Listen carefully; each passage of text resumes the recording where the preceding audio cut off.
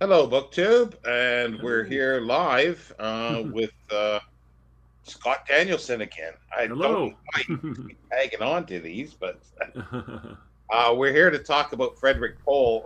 Let me just fix my cam here. More Yeah. importantly, specifically his memoir. I have the Well, there we British go. edition here. Ah, just The so not bright. I've got it shiny. There we go. Yeah, I like the American edition much better. But Yeah. this was published by Golan's. Mine is or I've got two copies, but this one's a bit of a special edition because it's signed. It was limited to 500 individually numbered copies for Seacon 79, and this is by Victor That's cool. Golan's 79, and it's signed Nice. towards Alistair, who was an editor at Golan. So Love it. there's That's a few nice. connections there.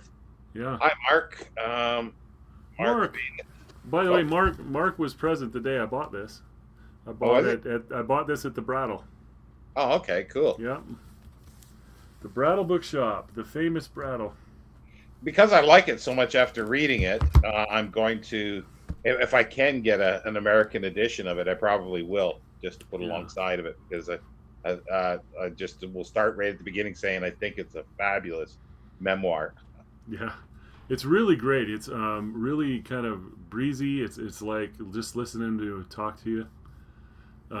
That has I'm going to say some negatives, but I don't really consider them negatives. But I guess oddities is a better thing, where he'll do things out of order. Um, Yeah, we talked about that a little bit, where he'll be talking about something and then he'll go off on a tangent, and then you'll realize he's talking about a different time period, and then he'll come back. He'll sometimes he repeats a few things, but again, it's really breezy. It's really light, conversational. Thought it was great. It's just really fun. yeah, like it's hard to keep chronological, or even put dates to sometimes what he's talking about at times. Yeah. But that doesn't really matter because he's so engaging and he's funny. Like Mm.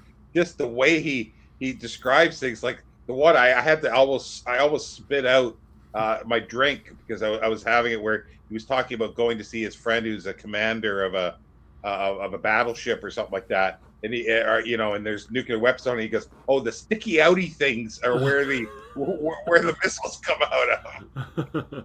It's like the sticky outy things. That's Oh great. man, that's right. Yep, that's Joseph awesome. D is here. Welcome, Yeah, I and love it. Mark doesn't go off on tangents and forget things. That's awesome. Yeah, very good. So yeah, I loved it. It is really cool. So he was a kid in the 30s and a teenager, right? And Yeah, him he's just a few describing, months older than Isaac Asimov because Isaac Asimov born in January whatever 1920, and it was late I think 1919 that Pohl was born, but hmm, in New York. Yeah, right, in the same in Brooklyn, right? It was both yeah, in Brooklyn. So yeah, what science fiction was like at the time, there was no conventions or anything, but they kind of created those.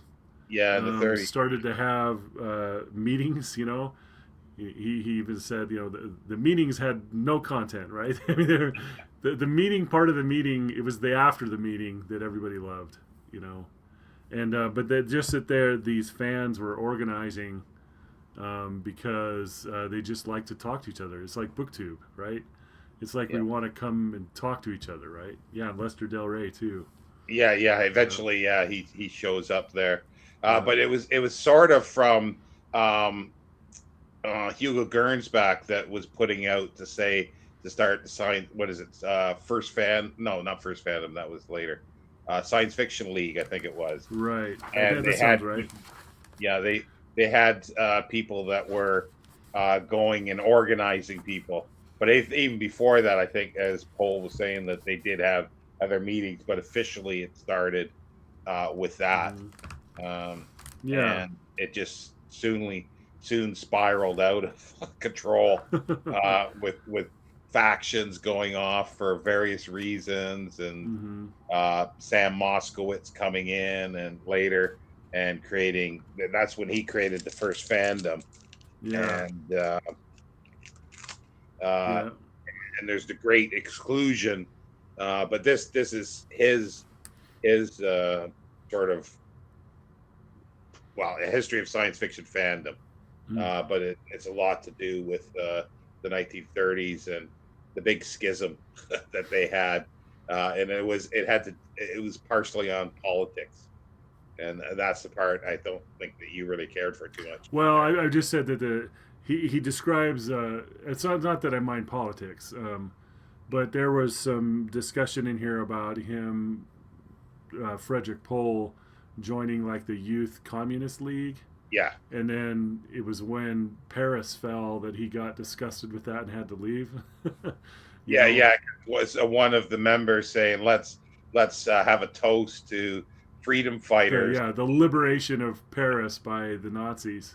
Yeah, And he said, "Yeah, I think I'm out of here." And he later on ended up in the army. Um, but it's the political activism. That's all I was saying. I'm just not as interested in that as the stuff about him being an editor and all that. yeah. I wasn't saying I was completely uninterested, but it was, let's hear about the controversies. But yeah, so but the politics is interesting in this because they did have like-minded people grouping together, which is what you were talking about, the schism. Yeah, because like Donald Wollheim shows up. Young Donald Wollheim, and I guess he was a charismatic character by all accounts.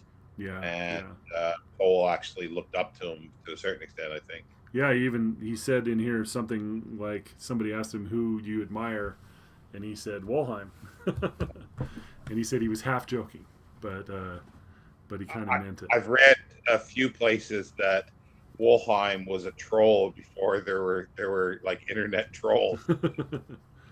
Yeah, it's fun reading, how things worked back then, because it's the same as now. It's just that we have the internet. Yeah. So, yeah, the letters that were sent to these magazines were, Twitter today. It's just that we're instantaneous now, when before, they actually got to pick which letters to publish and all that. But the discussions were the same. It's really cool. Yeah, there's actually a lot of women. Sorry, I was answering Mark. Yeah. I was going to get to that. Okay. In a minute. But yeah, there was, because there was the schism with Sam Moskowitz, and it's interesting because Sam Moskowitz always takes the credit for having the first, or creating the first world science fiction convention in 1939, I think it was. But apparently, like Pohl is saying it was his idea. Yeah. He was the one that was doing it, and then Sam Moskowitz, took it over. Right. Yeah. WorldCon. There was quite. Like, well, you go ahead. Well, I was just gonna say there's a lot of women mentioned in here. Not only there was. Obviously the group was not just men only. I mean, the group had women in it too, and not all of them wrote, but some of them did, like Judith Merrill, who he married. That is kind of a funny thing that Sean and I mentioned earlier, but he'll in this book he'll be going along to say, oh yeah, by the way, we got married. Yeah.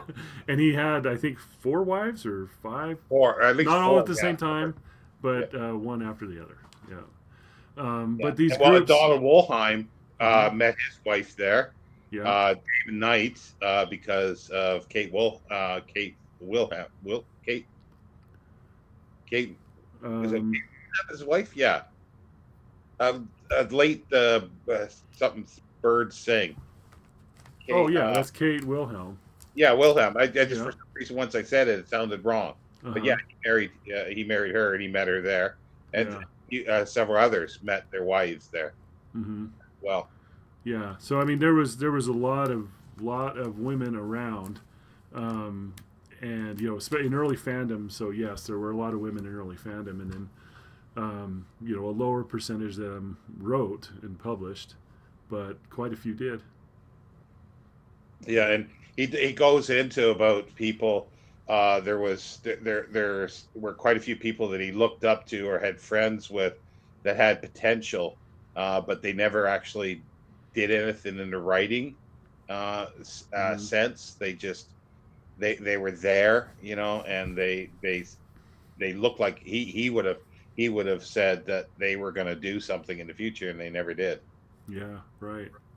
I It forget was the really cool, like Pohl is this example of it's like an Uber fan, because he was a fan, and then there were oh, what do you call those leaflets or fanzines. fanzines, right? Fanzine, yeah, So here was some fanzine publication. There was some editing of short-lived science fiction magazines. There was yeah, writing of short stories. There was organizing meetings. There was going to conventions. There was editing major magazines. There was editing novels, and he was even an agent for a period of time.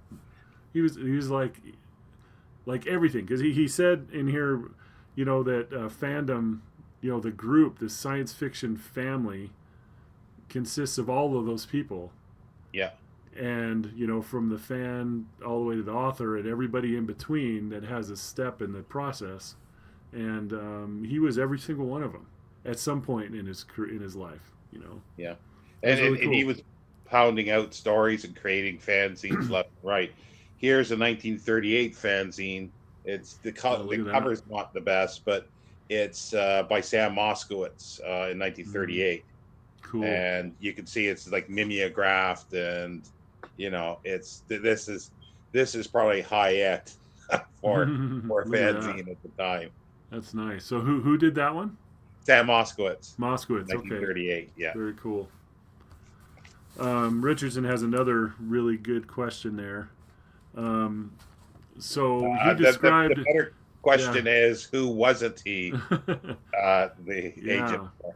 He talked about Asimov. So when Asimov started to write things, so Pohl was an agent for a period of time, and then it wasn't like he remained Asimov's agent for the entire career, but for a few years there, he things like The Stars Like Dust. I think A Pebble in the Sky was the first novel for Asimov that Well, wasn't like Stars a Like fix up. Dust, I think, was a bit before. Uh, Okay, so but that's the period in which he was the editor or sorry, yeah, the agent for Isaac Asimov, and then he mentioned a few others as well. yeah. Um, it's a This is, bummer that there's no index in this book. yeah. The Stars Like Dust is Hmm. this year. It appeared in January. Started appearing in January Right, and 1951. that's 1951. Pohl Yeah, was not the editor of Galaxy. He didn't sell uh, it to himself, but he yeah, sold it to Galaxy, and he was talking about that he was taking a percentage, and the percentage that the agent would get, and there's description in here of his philosophy. He talked about like if you get a story in and you can make a quick sale for $1,000, but you know that if you hold on to it for the right market, you may be able to double that. He was trying to explain that these are decisions that the agents have to make. What's better for the writer had to be the thing. Do you want it to get it out there, or do you want the more money for it? And sometimes the answer was you hold out for the money because the author needs the money. yeah. Like All these authors were, barely surviving um, there as far as making money. Yeah. there was the story of Hal Clement that he was the agent of, and Hal Clement put in, I think, a Mission of Gravity for a best novels uh, contest, Oh, and yeah, and Pohl wasn't too pleased with that. It took him a long took he was able to grab it back yeah, that's and then right. sell it to John W. Campbell, and Yeah, then he was went on. really hoping it wouldn't win, because if it Yeah, won, he'd have a hell of a time getting the rights back out of that contest. So yeah, and that was really cool.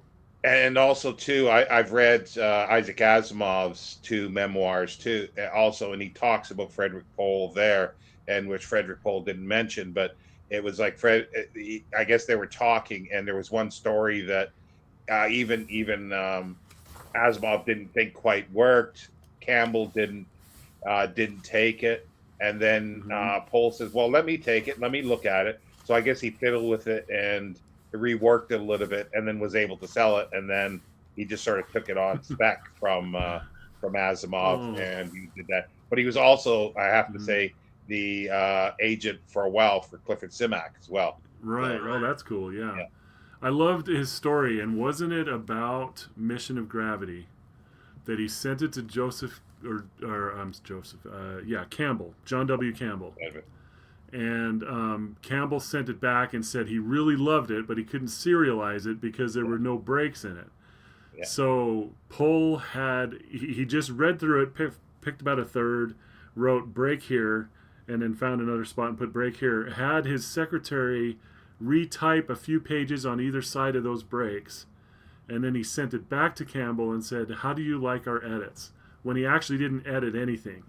yeah, And Campbell said, "Yeah, that's great. I love it now," yeah. and published it in analog.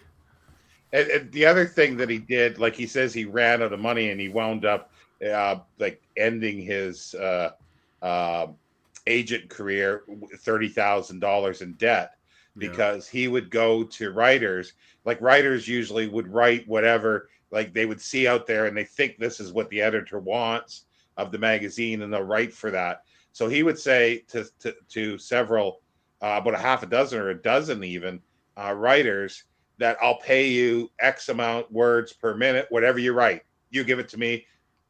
Let me worry about placing it somewhere. And he said he got the best writing from these writers that way. Mm-hmm. And then, it would eventually work itself out that he would make the money back. Yeah. But I guess he overstepped himself. Right. And Yeah. That was interesting too. So as an agent, he was giving these authors advances, and he said it worked out most of the time. any connection with A. Van Vogt? I think there is, but he doesn't talk about him. But there is something. He wasn't an agent, I don't think, for Van Vogt. Mm-hmm. But there was. I can't remember what connection that there actually is, if there is one. But he doesn't Mm-hmm. mention it in his memoir. Yeah, I don't remember A.E. Van Vogt being mentioned. Yeah. No, but there is something in the back of my mind that there is something that they are met at some point. I'm sure they met, but yeah, I'm not sure what it is. But he doesn't talk about it. Yeah. I was just noticing how out of focus I am. I'm not sure why. But anyway, sorry, keep going.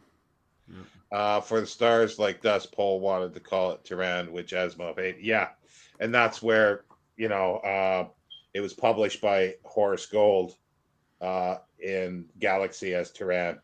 Mm-hmm. And this is the first part of the serial in I January 1950. Really loved what he had to say about Horace Gold too. That was fun stuff. Yeah. So Horace Gold liked to edit the stories, and much to many authors were really annoyed by that. I mean, editing to a level of which, hey, we've got to change this, we've got to do this, we got to do this, meddling with the stories. And they say he could make a good story, a really good story.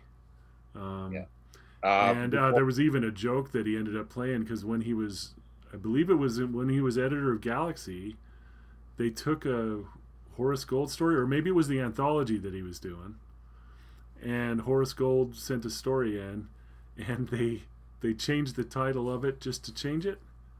Yeah, it changed. I think it was that the one because he did something to Harlan Ellison as well later.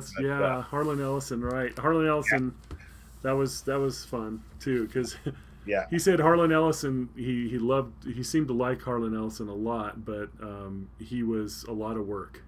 Yeah, it was like he was like working with 10 authors because of his demands, and like Repent Harlequin, said the TikTok man, they wanted to just shorten the title to Repent Harlequin, and he was like, absolutely not, don't do that. It's got to have the rest of it, otherwise it ruins the rhythm.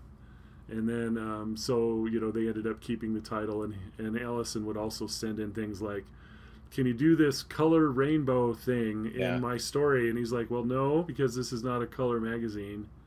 And he said, well, it hasn't been up till now, but listen, I have this, so I can just imagine, I've had people like that you just have to work with all the time that just seem to have a lot more things things to say. You know, it just seems like this person is a lot of work. That's period.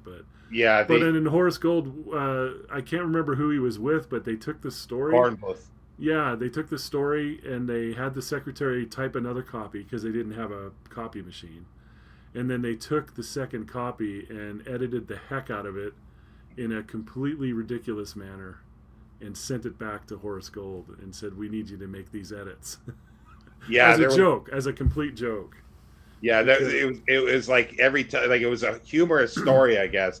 And every time the person was serious, they made him the funny part, and they Mhm. just flipped all the characters, gave them different names, and I Yeah, think that was for Valentine's Star series of anthologies. And yeah, and, yeah, gotcha. Horace just flipped. While he was like, Yeah. Fred, what are you doing? Yeah, that made me laugh because, yeah, I mean, it was what he did to other writers, you know, as other writers saw him, but maybe a little more extreme than that, you know. I want to, before we get to Mark's comment there, because we were talking about Galaxy and Horace Gold, just wanted to quickly just give because some people may not know the magazine at all, but like the biggie at the time was Astounding, and then in '49, Anthony Boucher and McComas started. Uh, editing the magazine of fantasy and science fiction. So it was Mm-hmm. someone new on the block. And then there was a not a publisher, but a printer, Robert Gwynn, that wanted to start up a magazine.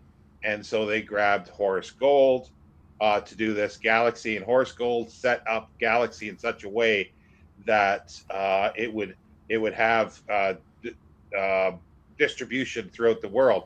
There were Mm-hmm. British editions of it, Italian, I think Spanish, Yeah. Argentinian editions, and it started out in 19. Yeah, Yeah. those are later ones. Sean has even older copies. Yeah, Yeah. this is the first issue, Mm-hmm. October 1950, and it starts out with a Simac. Funny enough, Yay! I've um, heard of him. serial time Corey. That's where uh, Gold was editing, and he changed the ending, and it became first, time and again, and then AKA first he died. But that's October 1950, November 1950, Mm-hmm. and December 1950. And Nice. then the Pohl, yeah, became friends with him. Gold was a bit odd person because I guess he had a lot of anxiety. He didn't go out. He did everything from his apartment, and even when there was too many people in there, he Mm-hmm. had problems. He would talk from another room or talk on the phone from the other room. Asimov talks about that, where he went to see him and he ran out of the room, and then the secretary comes and says, There you go. "Horse is on the phone for you." And Mm. it's like he's in his bedroom, and Yeah. so Yeah. Asimov talks to him in the living room on the phone. Mm. So and but yeah, uh, Pohl became friends with him, and then eventually, after illness in 1960-61, Pohl took over editorship of uh, Galaxy. Galaxy, Mm-hmm. and Gwynn, the owner, wanted him to come into the office all the time, and he said no. I'll come in Yeah. 1 day a week. That's right. How's one day a week sound? Yeah. Yep. Love it. Love So it. let's like Pohl Mm-hmm. go back now to the Yeah. 1930s. Right. And the Futurians were like a group of science fiction fans, and I just have a list here. So you had Frederick Pohl, Isaac Asimov, James Blish. I'm just listing the names that I recognize: Virginia Kidd, Damon Knight, Cyril Kornbluth, Judith Merrill, Richard Wilson, Donald A. Walheim, and there's others here. But they were like a little pack of like-minded folks that became like a little bit of a force in the science fiction fandom community. And there was some in the Futurians. That's where a lot of some of the political activism came in. Um, it says the group included supporters of Trotskyism, others who would have been deemed far left for the era. Frederick Pohl himself became a member of the Communist Party in 1936, but quit in 1939. So yeah, and they so this is where the first World Science Fiction Convention came from, right? But Yeah. it was Moskowitz who was the chair of it. But yeah, maybe you can describe, maybe you know more than me of how the Futurians related to that. Yeah, I I don't know the whole story because the Poll doesn't really mention too much about this. He just talks about what they call the Great Exclusion, because Mm-hmm. when the convention started, like they had writers there, they had John W. Campbell to come to speak, but they or they forbade, whatever word you want to use, Uh-huh. the Futurians to come in, except Isaac Asimov they allowed, Hmm. but the others just sat in a cafe across the street. And then, when Campbell and the other writers came, they were able to, talk there as well. But yeah, they weren't allowed to go, Wow. and Yeah. there was that big schism. But they called them the Futurians because they were tired, or at least Paul. He goes through. It's kind of funny because they had all these iterations of fan groups, and they all called it, like, they used the initials like ABC or whatever it Mm-hmm. was, and they just called this, and he was like, he just rattled these off, and it was like, I guess they were tired of this, so that they did Futurians. So Yeah. you can't do that. Right. Tired of those initials. Yeah. Good stuff. uh, but But yeah, yeah, fascinating stuff. And the next book that we're going to read is The Futurians. You were holding it up just a minute ago, yeah, but that's by yeah, Damon Damon Knight. Knight. Yeah. The strange thing is that, yeah, Damon Knight came in later, as Pohl was sort of had stopped doing a lot of stuff with the Futurians. Mm-hmm. Um, and so, but then that's like, he doesn't talk about it in the book, but it was an interview. I'll put the link to an interview that Pohl did in 1978, just as the memoir was being released, and it's really good. But it's got a little more information as well. He talks Mm-hmm. about a few things, or elaborates on a couple things, Yeah. but it's just really, really, really good. And I guess the next thing would be like his first editorial sort of foray when he was 19, 20 years old. Um, Mm-hmm. he went to uh, popular popular publications who had uh,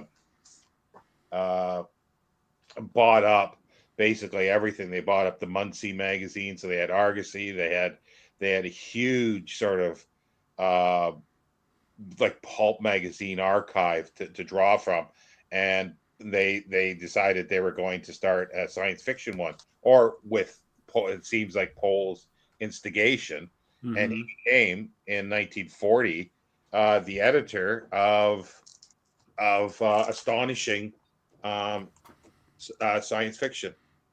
Oh, that is awesome. Beautiful cover.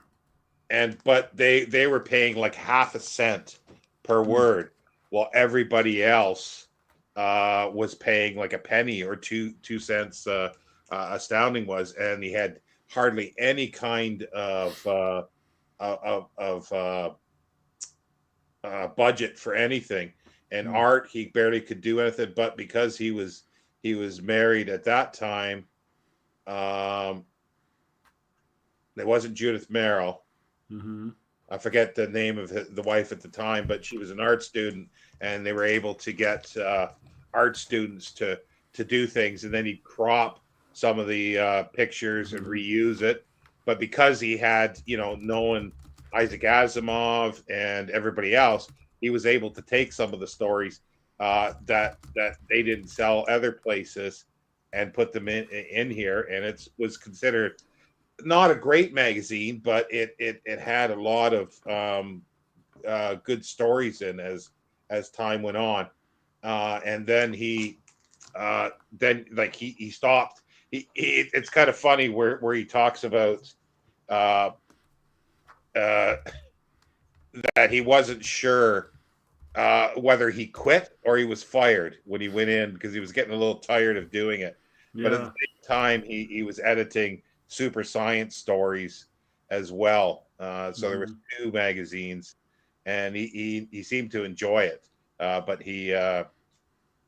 uh, it yeah, and then it lasted 16 issues. Astonishing did, but he edited 14, and the last two were edited by Alden H. Norton, and then an Eiler Jacobson took over for Super Science Stories. Which is crazy because he did the same with Galaxy later.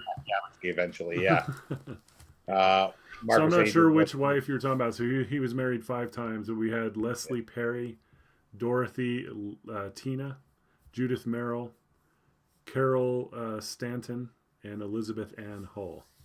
Yeah, so it would have So been his first wife. I okay, would, Leslie. yeah, Yeah, yeah, Judith Merrill.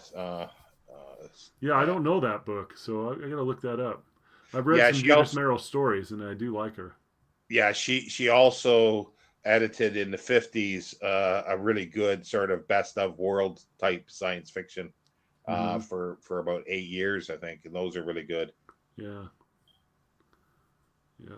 Picture behind Scott is epic. Is that probably Oh Spock? Is what he's looking at. yeah, That was painted by my daughter. Yeah. Yeah. Epic. You bet. Thank you, thank you. So yeah, and I loved when he gets to the galaxy portion, that was really great, and he said he has never worked as hard before, and yet it was the happiest time. He loved the job so much, but it was like 70 hours a week easy. And not, but the crazy thing that I don't think I realized until I read this is not only was he editing Galaxy, but he was also editing If, right? The Worlds of If.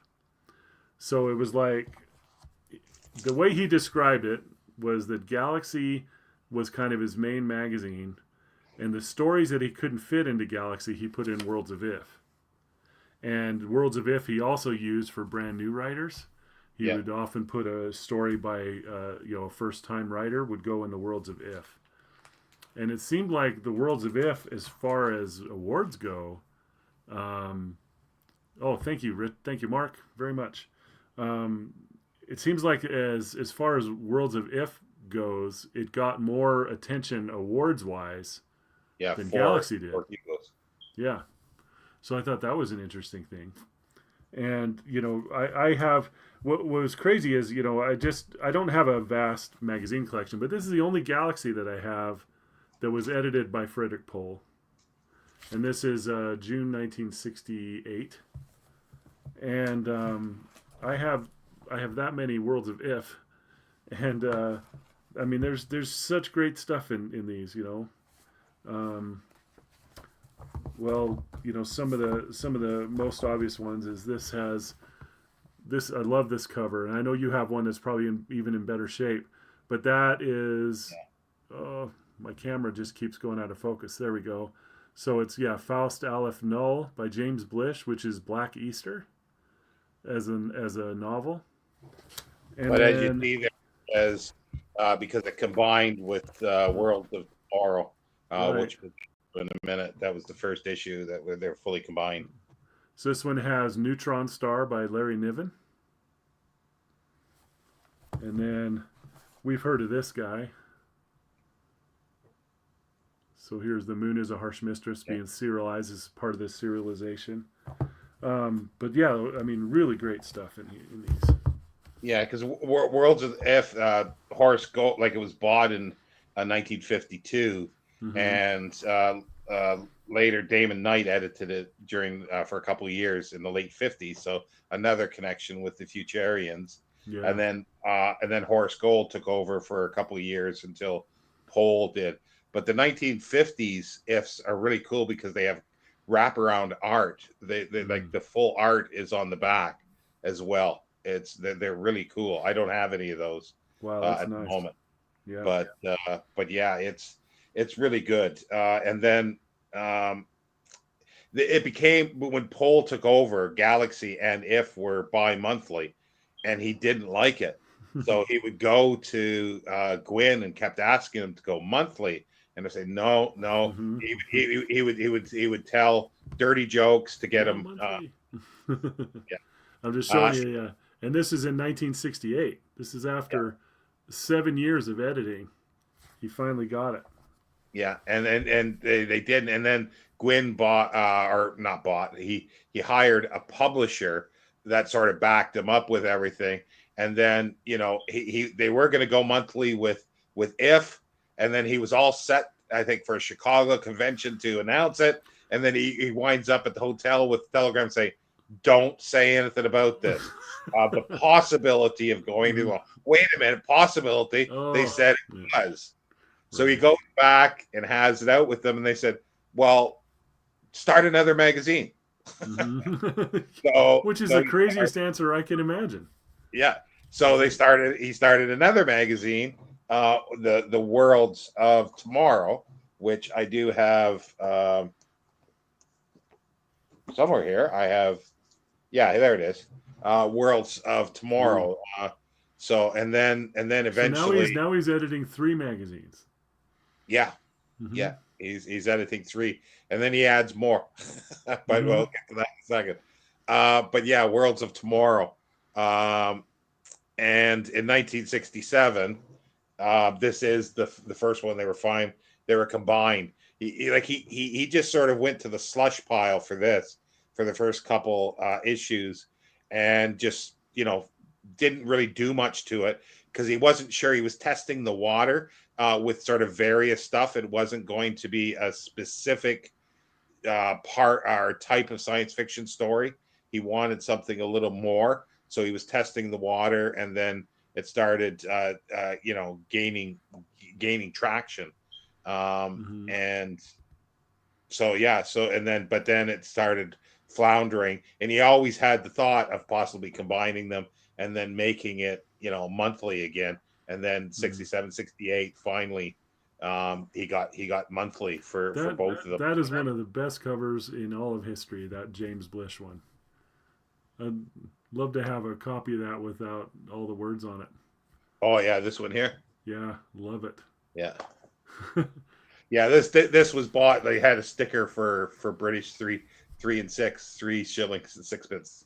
Ah, But nice. here's a Galaxy um, that he edited, and it's got a Hot Planet by Hal Clement, which is, oh, I can't remember. That's not the book name. Hmm. The Pain Peddlers, Robert Silver, Earthbound, Lester Del Way, and look, a Clifford D. Simak story. Oh, fantastic.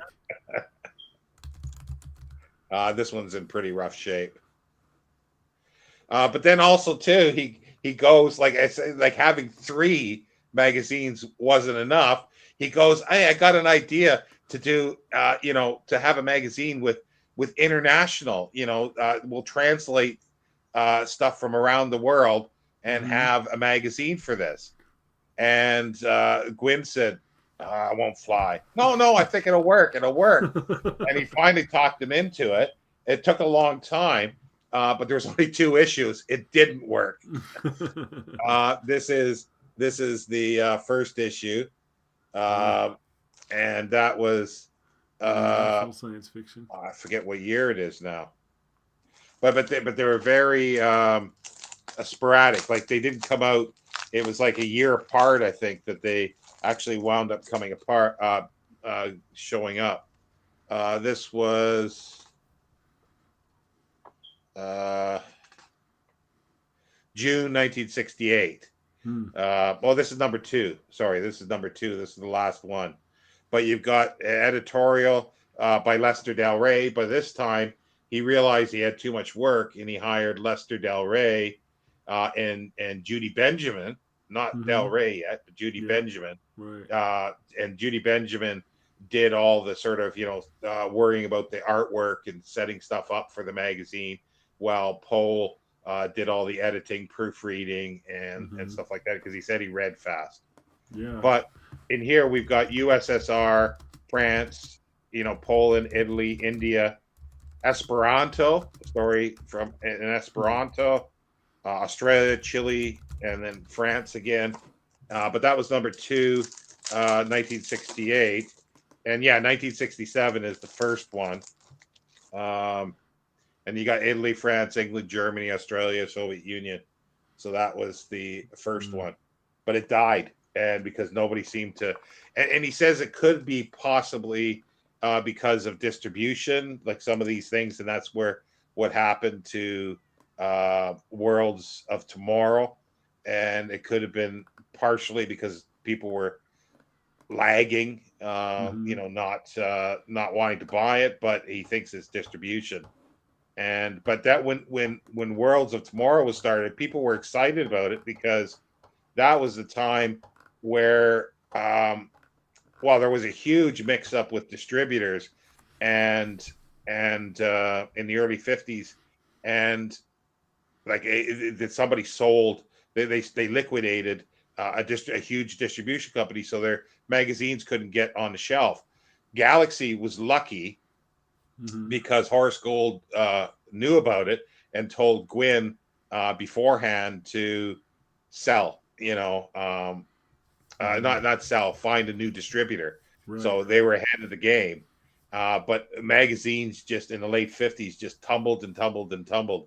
And then in 60, whatever, that World of Tomorrow started, people were a bit excited because it's the first one in a long time. Yeah. It started.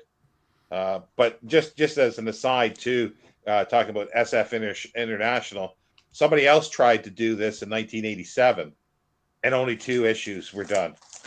It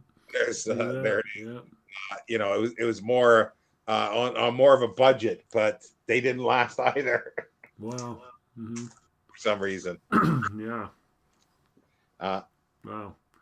And it was great. So after Galaxy, Pohl became an editor in at Ballantine Books. Bantam. I'm sorry, Bantam. Yeah. So he didn't talk about it very much, but just a little bit at the very end of this book. But yeah. Mark, mostly in New York, New Jersey area. I think he died in Illinois. I think that's where he wound up later. Right. But yeah, he edited for Bantam, and one of the books he bought was Dahlgren by Samuel R. Delaney, and he doesn't mention that in this book that I recall. No. But there is in that interview, that 1978 interview, he talks about it, and I thought that was really interesting. But he talked about the freedom he had at Bantam.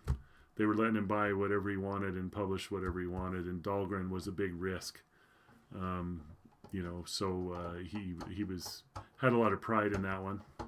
Yeah, he also said how to market it, and they did it, and it worked. He talks about that at that time Judy Lynn Del Rey and Lesser Del Rey were at Bantam, and they had the Del Rey line, and Judy Lynn Del Rey bought the Star Wars novelization, which Pohl passed on, and Lesser Del Rey bought the Shannara series, which Pohl passed on. Yeah, Pohl said he didn't know anything about fantasy like that, but yeah, the Sword of Shannara did well, and so did Star Wars. And it's interesting in that interview he was asked, why didn't you pick up Star Wars? And it was before Star Wars obviously was popular, but he said, the book itself, he would have been surprised if it sold thousands of copies, because it was just there was nothing to it that was pushing science fiction forward or anything like that. He said it was just a typical story. And then of course the movie had a trillion viewers, and so the book became it's a publishing phenomenon. Sorry if you're hearing that. There's my cat outside. Yeah, Hmm. going back, like he said, he didn't like fantasy that much, but like he did the international, but he still wasn't done because he started up another magazine before he left in '69. Galaxy. He started up Worlds of Fantasy, and he hired Lester Del Rey to basically edit it, and it got 2 issues with Lester Del Rey. That's the first one. That's a Jack Gwynn cover. I think that's just a fabulous cover itself for number one. And then number two, which is a cool cover as well. And then it's sort of, and then Robert Gwynn um, sold Galaxy out from underneath Pohl. Basically, he Mm. comes back from a convention and finds out it's sold, and he didn't know what's happened. But then they ousted him and put Eiler Jacobson, who took over the previous one that he did. What was the name of it again? Uh, So you let what in again? Say that again. the one that Eiler Jacobson took over in 1943. Oh, Super the Science super science Story. stories, right? Yeah. He took Hmm. over and immediately said that they were going to bring back uh, Worlds of Fantasy and Worlds of Tomorrow. Hmm. So they did, and they brought back Worlds of Fantasy for two issues, um, and because they were very erratic. But 1970, Hmm. 71, and Lester Del Rey was the sort of associate editor at that point. He Yeah. was taken off full Wow. editorship. And then the last one that has the Yeah. abridged, uh, Reality doll. yeah, Yep. which is Destiny Doll by Hmm. Clifford Simak, because they knew, or Lester Del Rey knew this was going to be the last issue, so they couldn't serialize it. And he asked Clifford Simak to abridge it to fit into one issue. You bet. You bet. Simak did, but oh well. You bet. So for those worried about the cat, we did get an emergency evac. So I'm in the basement. The cat is scratching on the window up there, and I just texted my daughter who's upstairs to let the cat in, and the cat has disappeared. So I'm assuming that's what happened. You have to teach it to ring the doorbell. Yeah. He knows when I'm down here. That's all he has to do, and then I go up and get him in. Just catch up on this comment. Yeah, very much. Yeah, she was. Mm-hmm. She stellar science fiction. She edited some original. I think there was about 10 issues, or well, 10 books. They were original anthologies that are fabulous. And there's a Mm. Simak in there as well. Yeah. Painfully enough, she Well was a great done. Yep. person. We like cats. Cat is determined to come in. Yeah, Yeah. yeah. These are, I think, these could be Yeah. The all artwork is so good. Jack Quinn. I think Hmm. the first one definitely is, and I think that one is as well. Jack Quinn. Yeah. Uh, but yeah, Galaxy is a fabulous magazine, uh, and like I say, Eiler Jacobson took over Love at that the one. end of it. Well, after Pohl, and Hmm. then Jim Bain, of It's a Bain great one. Books, took over for a couple of years. So I think 1977, so from 75 or late 74 to 77. Hmm. Galaxy, and then it finally more or less folded in 1980 after all these other magazines were sort of subsumed by it. Yeah. Uh, Very good. oh, the one Yeah. thing we should say is that for 1950s, for the first several years, uh, when Pohl was an agent, most science fiction that was being published, or a good chunk of it, came through his agency. So he says, which Hmm. I Hmm. guess people will believe at this Yeah. point. And then also too, he says, look at the second volume of uh, of Isaac Asimov's Hugo winners, Hmm. and almost every one that's in there were stories that he sold to magazines. Yeah. Yeah. That's awesome. That's great. And Yeah. And the then he was also connected with, which revolutionized science fiction, was Ian and Betty Ballantyne. who started like Ian Ballantyne was um, dissatisfied with other publishers, so he started his own, Mm. and he started bringing back reprinted stuff, and he started paying authors correctly, Yeah. and Yeah. Asimov started, which was a foundational original anthology series called Star, Mm. with him, Yeah. um, and yeah, and And that was with Ballantyne, right? yeah, that was with Yeah. Ballantyne, yeah. And Ballantyne published this, in their best of series. This was 1975, so just a couple years before the biography was written, or the autobiography. And the autobiography came out, I think, the year after Gateway. Yeah. So, but Gateway wasn't mentioned in the book either. The strange thing is when I read this, because you think of Pohl as an elder statesman of science fiction, he was a grand master and Mm-hmm. everything, but when he wrote this, he was the same age as me right now. Yeah, Yeah. and you are the grandmaster of science fiction Yeah. On BookTube for sure. The wizard, maybe. Yeah. So I remember Pohl doing an undersea assessment. Undersea. You know what it was? I'm not remembering an undersea one, but that doesn't mean it's not there. Yeah. I'm not familiar with it, or at least it doesn't come to mind. But Yeah. yeah, no, he was a powerhouse, and like the thing with Ballantyne was too, because Donald Wollheim started, like, wasn't okay. Did Donald? Okay, now I'm getting a little. My memory is faulty, because Donald Wollheim started the Ace and the Ace doubles, but I think that was part of Ballantyne to begin with, or there was some connection with Ballantyne, I think.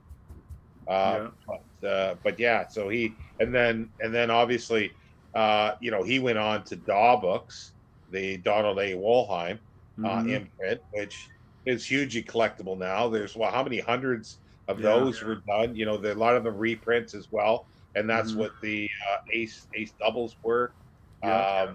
It's quite amazing of everybody that's come out of there, like Damon, like I say, from the Futurians.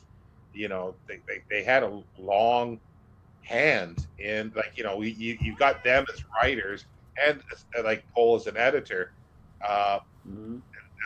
John W. Campbell, he really thinks highly of John W. Campbell as well, which I think rightly so. Right. Campbell never bought a word of, I don't think, Frederick Pohl's writing. Yeah. Yeah, that's right. Yeah, isn't that crazy? Yeah. Oh, he did it with Jack Williamson. Okay. Mm-hmm. Oh, that's it. With the Grand Poopa. Unwilling Generalissimo. I like it. Yeah. But yeah, no, it's amazing how because like 1950s was a pivotal period and changed science fiction, because that's the thing. Like, Campbell was, in control up to that point. And then all of a sudden, the magazine of fantasy science fiction, Horace Gold comes along with Galaxy, and Ballantyne comes along with, paperbacks, Ace paperbacks as well. Mm-hmm. Like, it just changed the face of science fiction. And like the golden age is usually considered like 1930, 38, 39 to, like, after the war, or sometimes extended to 1965. But like Robert Silverberg always says, it's the 50s, and right, in many ways, rightly so. That's what I mean. It's like it was a new golden age for science fiction. Yeah, I definitely agree. Pohl talks about Silverberg in here too, where Silverberg wrote science fiction for a while, fell away for a while, wanted to come back, and when he came back, Frederick Pohl signed him, basically, I'll publish everything that you write, and then I can stop this contract at any time. But that was an interesting setup there. But yeah, Pohl and Bradbury, well, like he talks about that. I don't think he didn't see eye to eye with Campbell. He agreed with a lot of stuff. Like he says, he liked him as an editor, but he does say that there were times where Pohl, like with the Hal Clement, just absolutely batshit insane to say we can't serialize this, and Mm-hmm. so he did that little trick, by splitting it up into three parts, and then he didn't agree with the Dianetics, the psi stuff that he was doing, and some other gadgets, and it was almost as bad as Palmer. Well, yeah, in some ways, but Palmer was a little stranger for uh, uh, amazing stories with his Hollow Earth stuff. Yeah, That was, yeah, another that's story. cool. Undersea City, Sea Yes, and I just Quest. looked that up too. Yeah, yep, he's absolutely right. But I just found a copy on paperback swap, so I got one coming. Oh, okay, You that's guys it. heard of paperback swap? If anybody else heard of that, it's a nice little site where you can trade books. So basically, you put your books online, and then somebody can request one of yours, and it's up to you to pay the postage to mail it to the person, and then you get a credit. And then when you have a credit, you can request a book from anybody else, and then they mail it to you. So that's paperbackswap.com if anybody wants to check it Probably out. only for if you're in the U.S. or I guess if you want Probably to pay so. the postage. Probably so. Yeah. It's a good place, if you want to trade books. It's not a place you go if you're not willing to put stuff out there too.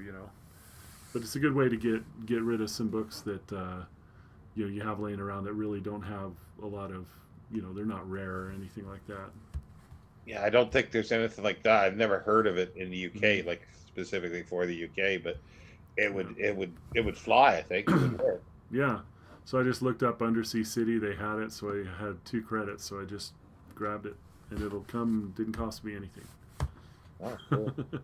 Well, it cost me. I had to send a book out earlier, right? So I actually sent one this morning, but it's a handy site. I like it. So I've got book 1 coming, Mark.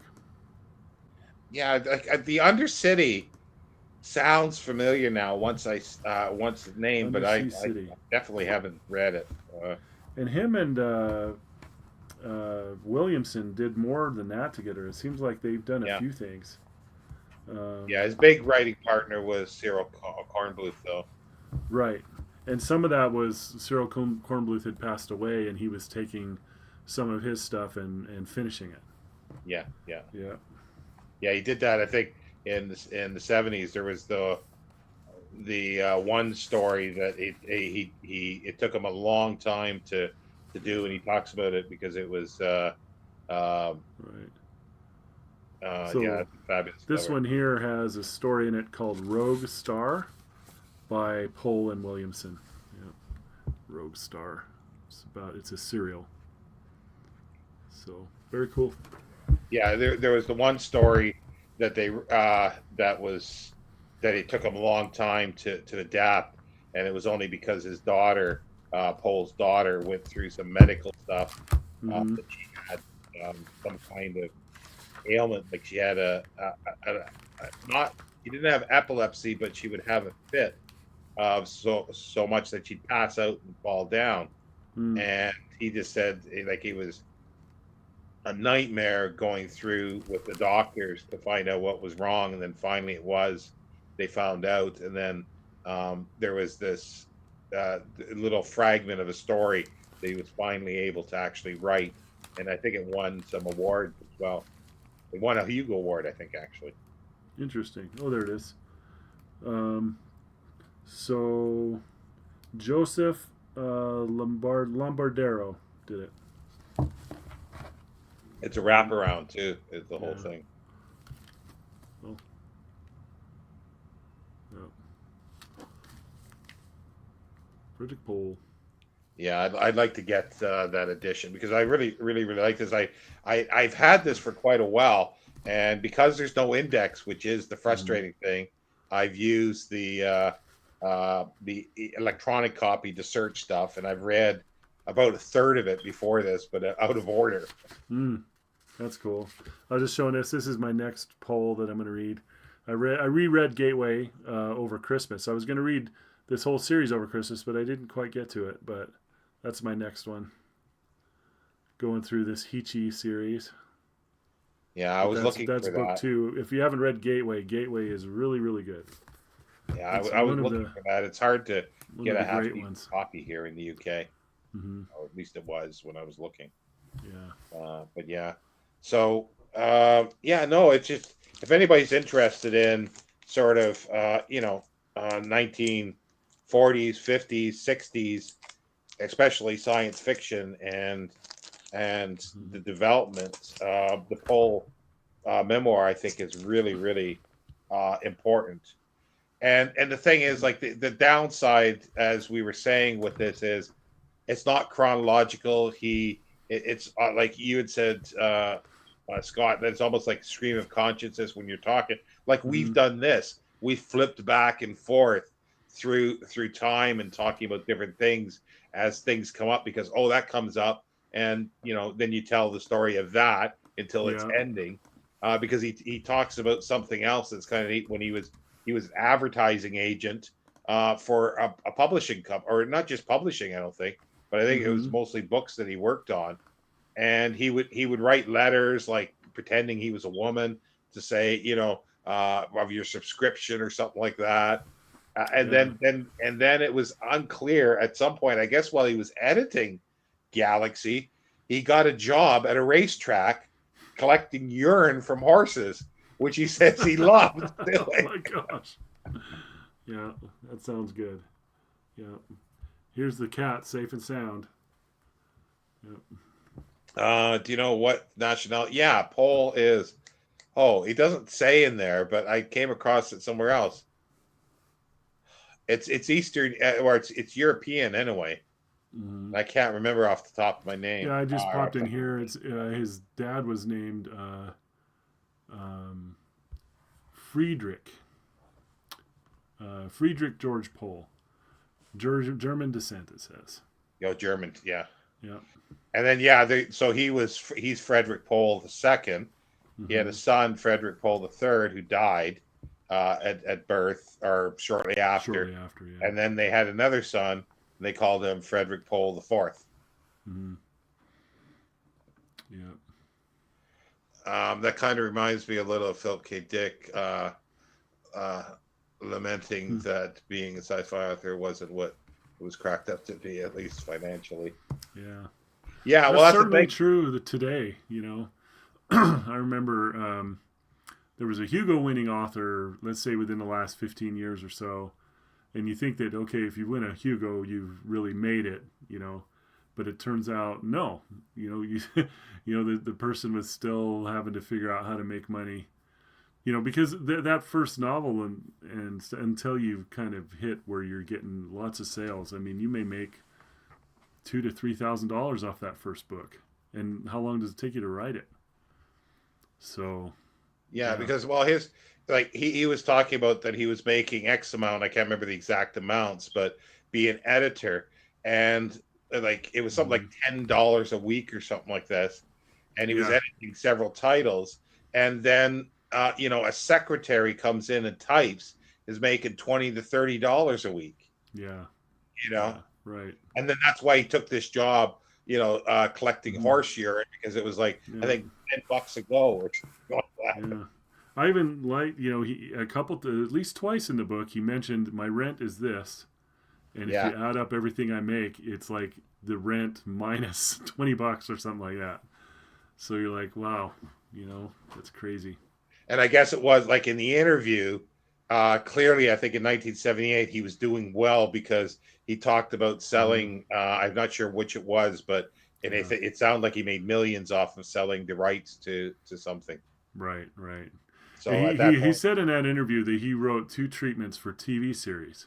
And he yeah. said, if one of them goes forward, I'll make millions of dollars. Oh, okay. Was that it? Okay, But yeah. he said, I doubt that either one of them are going to be it because he wasn't willing to just give the TV executives what TV executives wanted.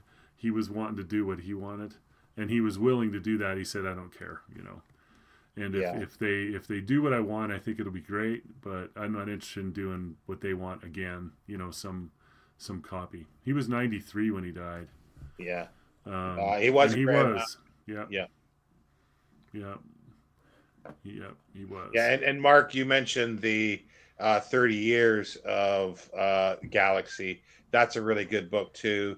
That talks about the writers and their experiences. And Frederick Pohl edited that plus the sequel to it Hmm. as well. And anybody else who's interested specifically in Galaxy, here's it's an informal history, but it's Galaxy magazine, The Dark and Light Years by David L. Rosheim, published by Advent Publishers. Uh, um, in 1986, but by that time, I think they'd sold to someone else. But it's not available in hardcover anymore. But there is a digital reprint of it, a scanning of it, which is pretty good. Actually, you can buy it on Amazon or anywhere else. Yeah. So, There's a line here early on. He says, "The possession of a collection with capital C is one of the diagnostic signs of fandom, capital F. Another is trying to write, capital trying, capital right." yeah. It just made me laugh. Yeah, the possession of Yeah, a collection is one of the diagnostic signs of fandom. Another is trying to write.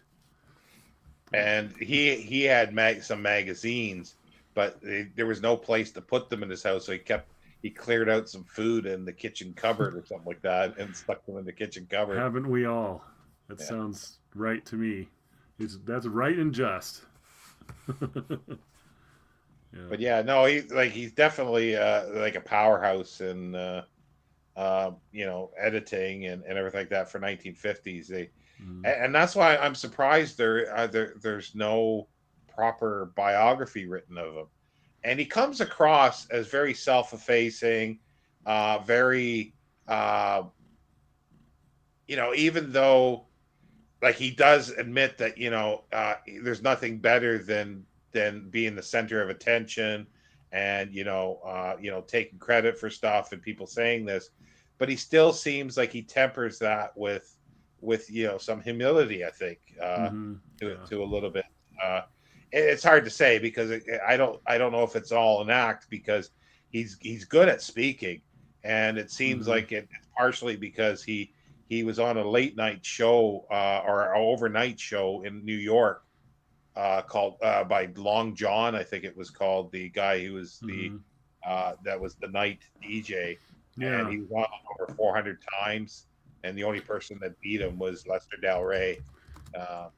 So he's had a lot of time talking. He also went on the lecture circuit, which he tried, and he did quite a few places.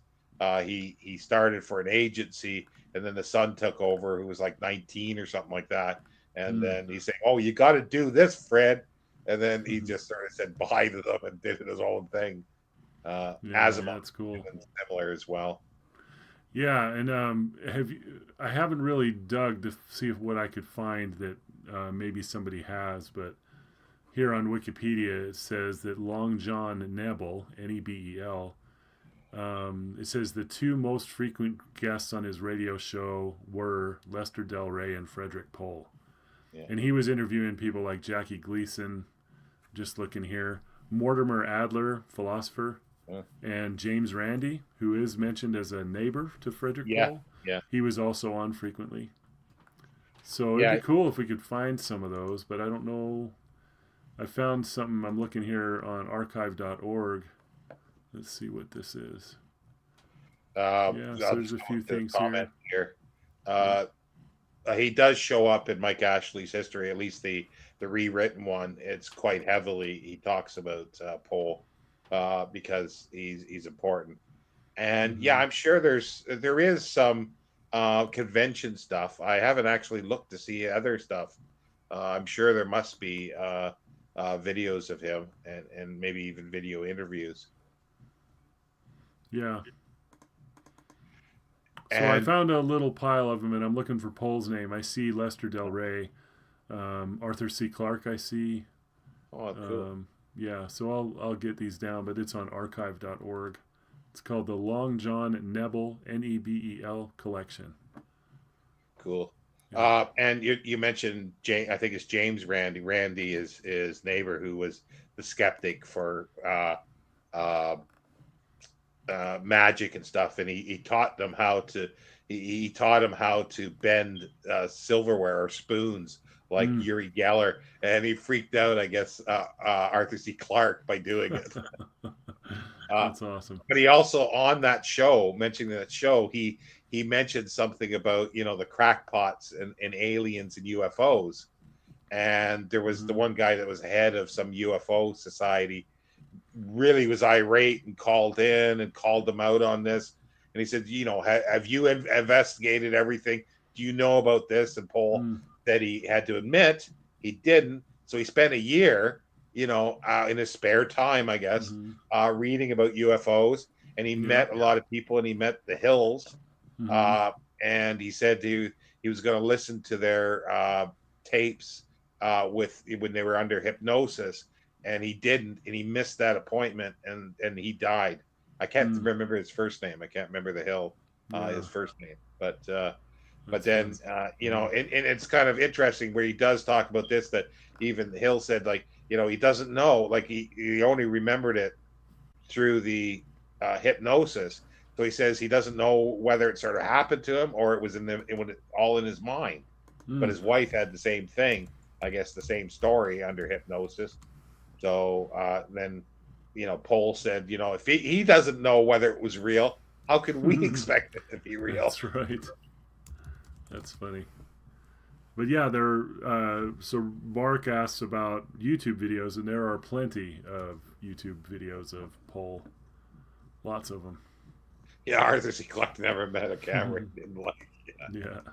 Well, the same as the same as Isaac Asimov. He was definitely a showman, and liked to Yeah, talk. for sure. Mm-hmm. Good stuff. Yeah, this is really enjoyable. I'm not sure why I didn't read this earlier. Um, we were talking before, so I've read The Astounding Book by Alec Navala Lee, which you have told me is riddled with error. Yeah. And I've read, let's see, a book by what's called Age of Wonders by, what is his name? Oh, starts with an H. Hartwell. Oh yeah. David Hartwell. David G. Hartwell. And I read a biography of Harlan Ellison called A Lit Fuse. Yeah, I haven't read that one either. And yeah, I've enjoyed all those. And I've got Grumbles from the Grave coming by Heinlein for, we're in that Heinlein group. And I got The Futurians coming as well. And I've read a couple of histories of science fiction and listened to some of those great courses on that as well. And I enjoy every bit of it. I'm riveted all the time. So I don't know why I haven't picked this up before now. So I'm looking forward to more.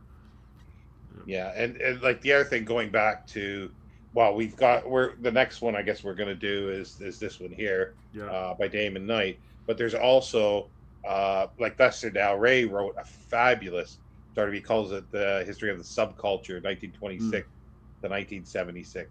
I've cool. got Mm-hmm. I should have brought that down to show that as well. Very good. But that's Yeah. a fabulous. It's a bit memoirish, a little bit too there, but it's a lot more history in it. But he does bring in some other stuff that is kind of cool. That's cool. Ahiva says, because I felt he sucked the magic out of the world. A little ironic. Yeah, the Randy, James Randy, I think. Right, Randy. Yeah, the amazing Randy. Yeah. Pohl and Heinlein. And the thing is, like, I've always liked Pohl as a writer to a certain extent, but there's one niggling thing that he does something strange in a lot of his books, like just sort of that a lot of times takes me out of the story, and he does that in Gateway with the I don't want to do any spoilers with it, but there's something that he does in there that takes me out of the story a little bit. But after reading this, I definitely want to read more of him. That's for sure. I definitely want to read more. I know his favorite story of his, he says, is Day Million, and that's contained in here and many other places. But yeah, he's written a lot of really good short stuff too. I'm not sure if we're a treasure. Ah, treasure. Mark, you're awesome. We're a damn delight, Mark. We're a delight. But yeah, Wow, thank you. Yeah, I hope, Scott, that we can continue with it, like, the yeah. Futurians, and then maybe something else after. Oh, me too. I know I'm in. So yeah, I'm just enjoying the heck. I'm enjoying the heck out of. I mean, I had read Clifford Simak before, right? So we started going through this novel a month, and I have such high regard for Clifford Simak now. I mean, he is like one of the top writers. I just love it, and I love that we're looking at Heinlein, and but all the stuff that we talked about, it's just opened that world back up to me, which, not that it was ever closed, but it's like a renewed enthusiasm for all of it. So thank you, Sean. Yeah. Well, thank you for coming along, because otherwise I'd be talking here by myself half the time. But it's also, I'm glad that you decided definitely. to do that. Yeah, Gateway. But yeah, please try it out. It's a special book. It's one, to me, it's one of the seminal works. The thing is, he was so prolific that he does say that there's 100 books or something he thinks he wrote, but I think that's a lot of edited stuff as well.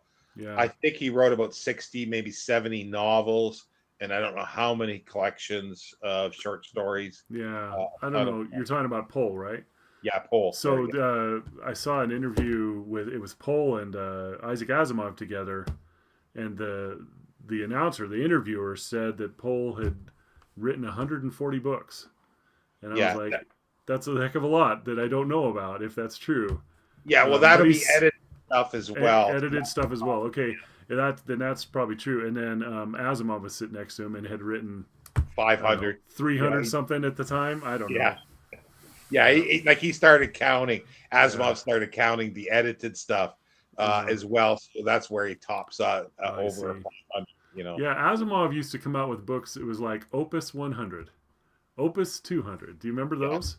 Yeah, I've got them. Yeah, so it's like after 100 books, here's one to mark 100. I think he did. Yeah, he did 200. I think he did 300, but he didn't do anything after that.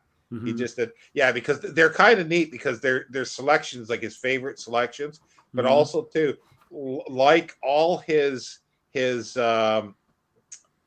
like collections of collecting his short stories. He would put little autobiographical little bits in the beginning of each story. So those are cool things that you don't get in other collections of his, that somebody else put. Cordwainer Smith could be cool, because that's cool. I mean, he hadn't write a lot, so that would be kind of cool. Yeah. And there's Pohl mentioned this in his biography too, that he used to. He published Cordwainer Smith almost everything that the guy sent, but Cordwainer Smith got an agent, and he didn't like to send any publication more than one story at a time. Yeah. So if Cordwainer Smith wrote 2 stories, somebody else got one of them, and that really bothered Pohl. He said, "No, I want that." Yeah, so, change your system. Yeah. So I have the best of Cordwainer Smith, and then I have the it's slipping my mind. Well, there's the Nespa Press. I don't have that one. The one I have is one of this series. All right. Okay. But what's his collection of stories called? Something about immortality. The instrumentality of mankind. Yeah, that's it. Yeah, so. See, that like the Nespa Press one has all of them, and then they put out the original Norstralia book too. Right. So those are all in there. But yeah, he was an interesting guy, because that was his pseudonym, because he did some weird shit, I guess you would say, with the government on the Far East. Like he was a consultant, but he taught at a university, so he tried to keep his his anonymity. Paul something, I forget Lindberger. Yeah. Right. So that's a possibility, because a lot of it's short stories, so we could just do a short. We could fly through that one. That wouldn't take us a year. No. Not to have come out as negative, but Asimov's one word to describe Pohl's stories was greed.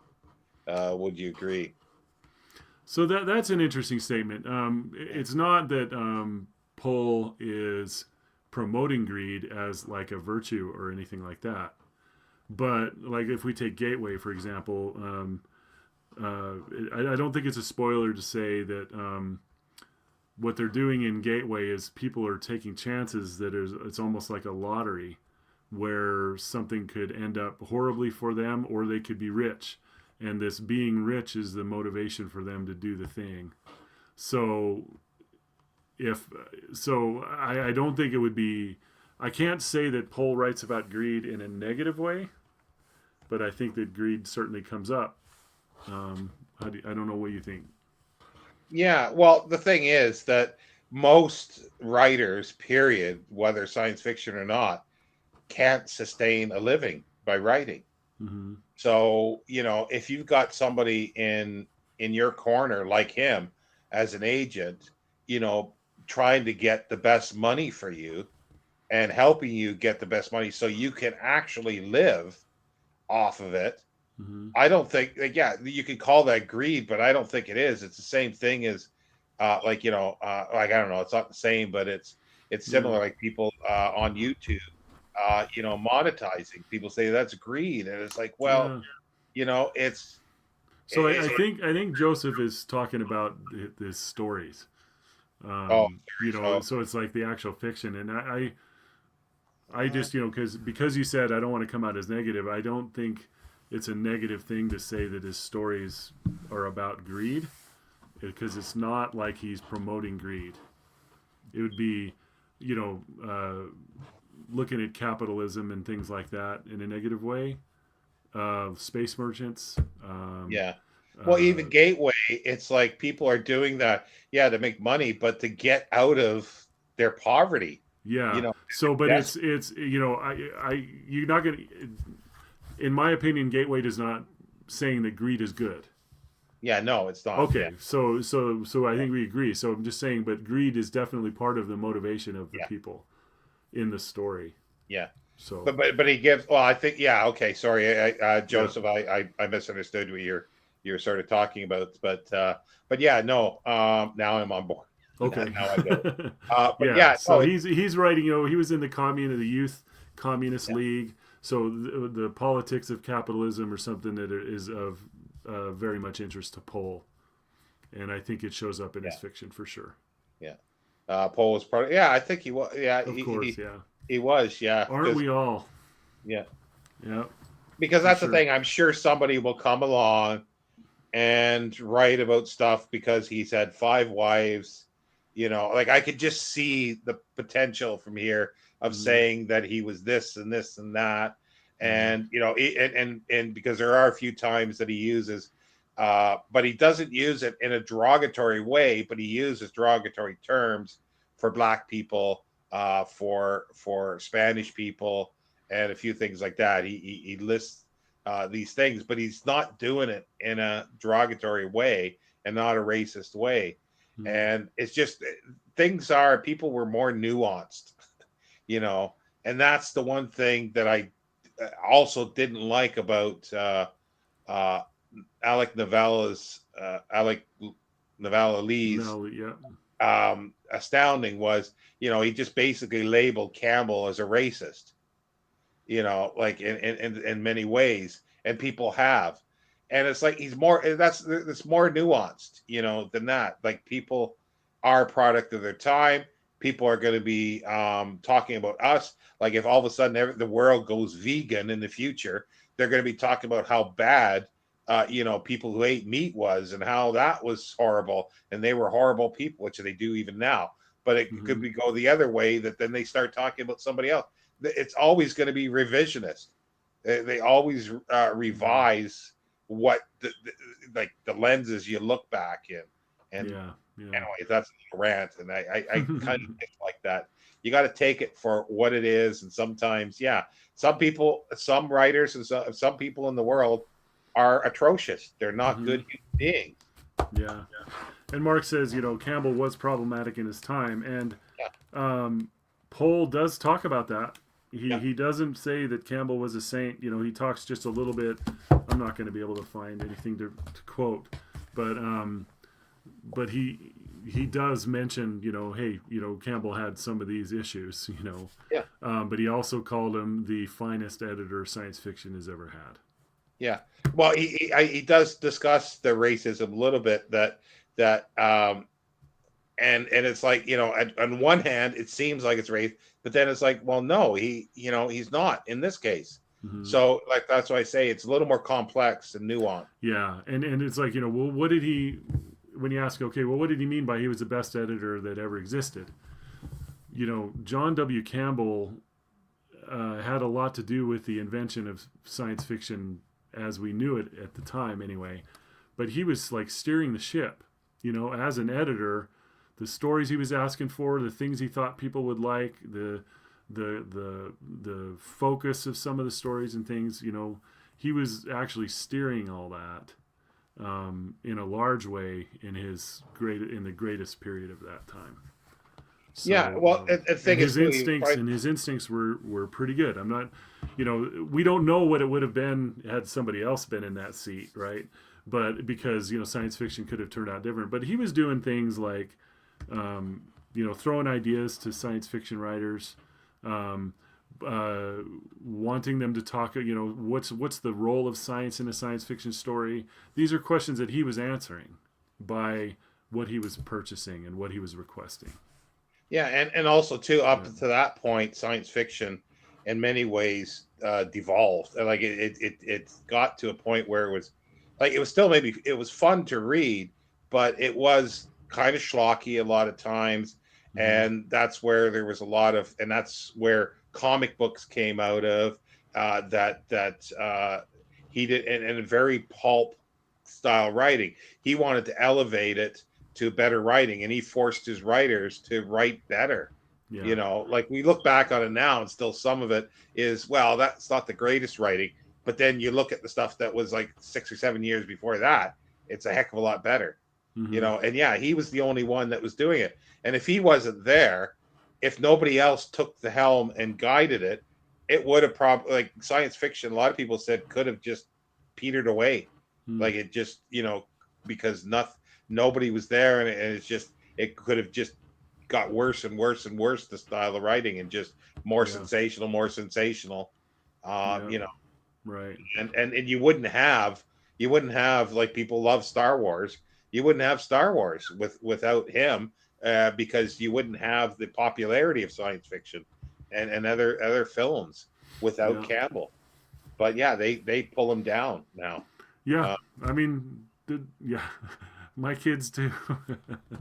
But yeah, so it's like we just need to acknowledge that he was problematic, right?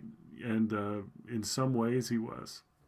Yeah, well, yeah, Judith Merril, others, New Wave, Michael Moorcock, and even and part of this is Heinlein with calling things speculative fiction, and Judith Merril was part of that. That came from Heinlein, that term?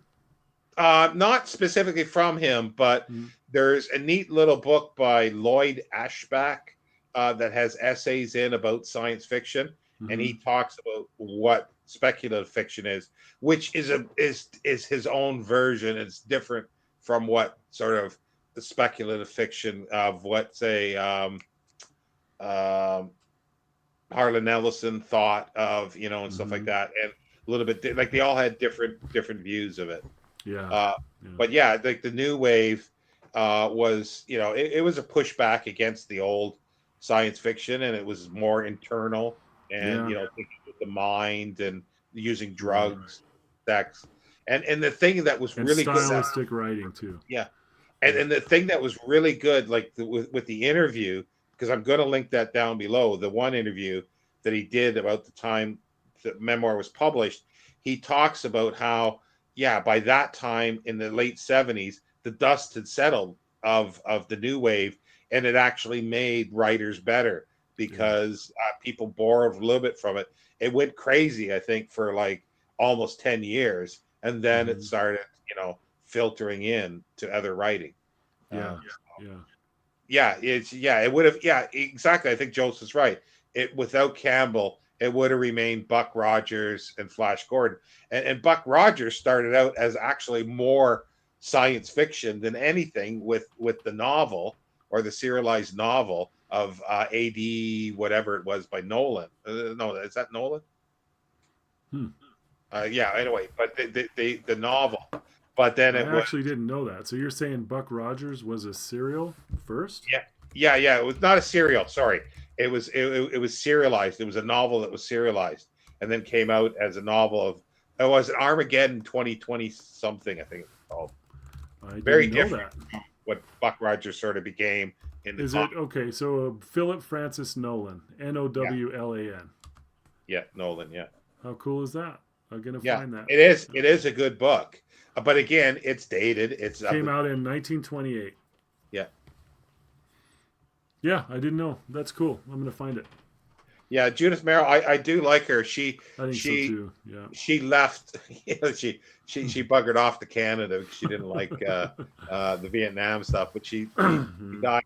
She became a Canadian citizen, and she donated her collection that started the Judith Merrill collection library in Toronto, a science fiction library.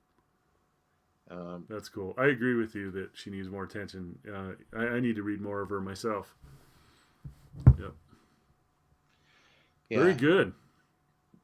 Well, this was extremely fun. Yeah. And as I say, I don't know if we've got a name for this kind of thing that we're doing, like for this. It's going to be intermittent, so it's not going to be a monthly thing. But the next one, look out for Damon Knight's Futurians, and we can actually compare it with this. And maybe the next one after that could be the Lester Del Rey one because cool. It'll cover similar periods. And then I would like to do this as well because I'd like to read this. Oh, fantastic! Yeah. Yeah. Is that something I can get a hold of, or will that be hard? That could be hard. All right, let me see what I can find. It could be a little. I doubt that one's on paperback swap, but maybe this is. This is signed as well by Sam Moskowitz to Alistair, the same editor. Very cool. Yeah. It says thanks for a pleasure, I guess a pleasure day spent discussing everything but fandom. That's great. 1989, and it's been public. Like it was first on a. I'm not sure who the Advent did it, but this one's the Atlanta Science Fiction Organization Press. The typeface is for it. Mm-hmm. It's going to be a hard. I'll see what I can do. I'm just doing a quick look on eBay here, and I'm not finding it. Let's see. There's one. Okay, The Immortal Storm. Is that right? Yeah. Okay, so there is a book version of it that's different. Okay, and there's the one that you have. The one that you have looks like the cheapest one is $150. Yeah, and yours is signed. Yes. So that's a treasure right there. Yeah. Yeah. Oh, that's the other thing. Sam Moskowitz was like he wrote some neat book. Well, a lot of neat stuff, but he did collections of essays about science fiction writers, living and dead at the time. There are errors in it because people have found errors, but he started publishing this in Amazing Stories, a monthly. I think it was under Celie Goldsmith when she was the editor in the late 50s and early 60s. But then he switched to, I think, Worlds of Tomorrow for Frederick Pohl, even though they had this, this schism and stuff from the 30s. They were still able to work together.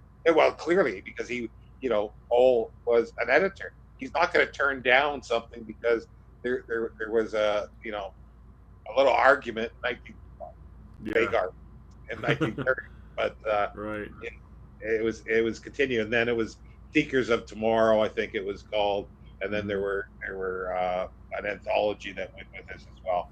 Really great stuff. I really like him, even though he might have been a bit of a dick. You bet. Well, fantastic. Well, thank you, Sean. Thank you, Joseph. Thank you, Mark. Thank you, everybody. that was here. Yeah, we'll see you next Ahiba, time. And Ahiba, well, thank actually, you. we'll see you next Saturday Next Saturday, yep, for with the Goblin Goblin. Reservation. Yep, Yeah. by Clifford D. Simak, the Great. And then next month we'll have another Simac, and we'll Yep. have a Heinlein A as well Heinlein, right? Yep. with Mark. So And the one we're reading, shoot, it's Menace not from leaping to mind. It's the collection. Menace from Earth for Heinlein, That's it. The Menace from Earth. Yep. and Cosmic Engineers next month Cosmic Engineers. Yep. for Simac. Very cool. So we're Love going it. back to 1939, and well, it was actually published in 1950 by Gnome Press as a book, but it was serialized in 1939 in John W. Campbell's Astounding. So, Yeah, very good. Cool. bye, everybody. All right. Take care, all. Thank you.